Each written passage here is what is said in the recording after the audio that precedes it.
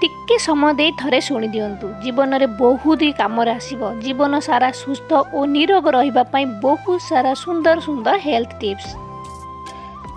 सकाळु दांत घषा पूर्वर गोटे बा 2 ग्लास पानी पिंतु।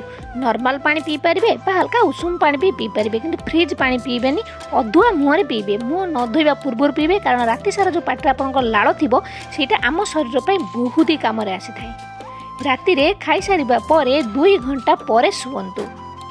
गोटे दिन में 8 ରୁ 10 ग्लास पानी पीबे नहीं तो आपण बॉडी डिहाइड्रेट हेबो।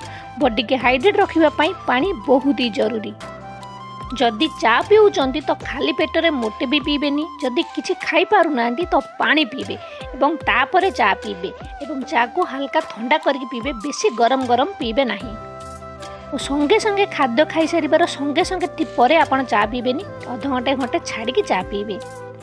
खाद्य खाइला बेले खाद्य को भल भाव में चोबे चोबे खाइबे।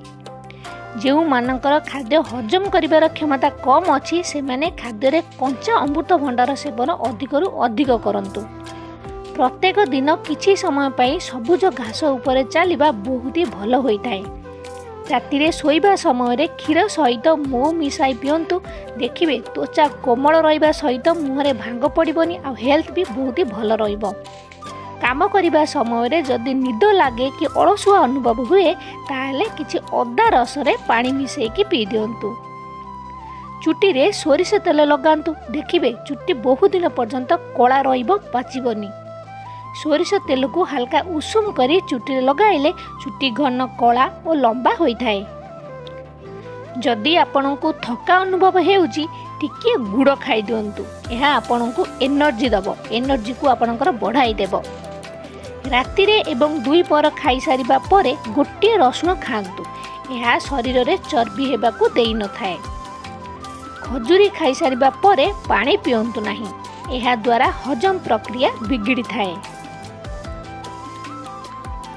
भूसी सेवन कले पेट गरम और पेट पोड़िबा आदि बंची पारिबे। मुंड बिंधा हेले कि मुंड बुलेइले किछि जीरा खाई दियंतु, जंत्रणा संगे संगे कमी जिवो।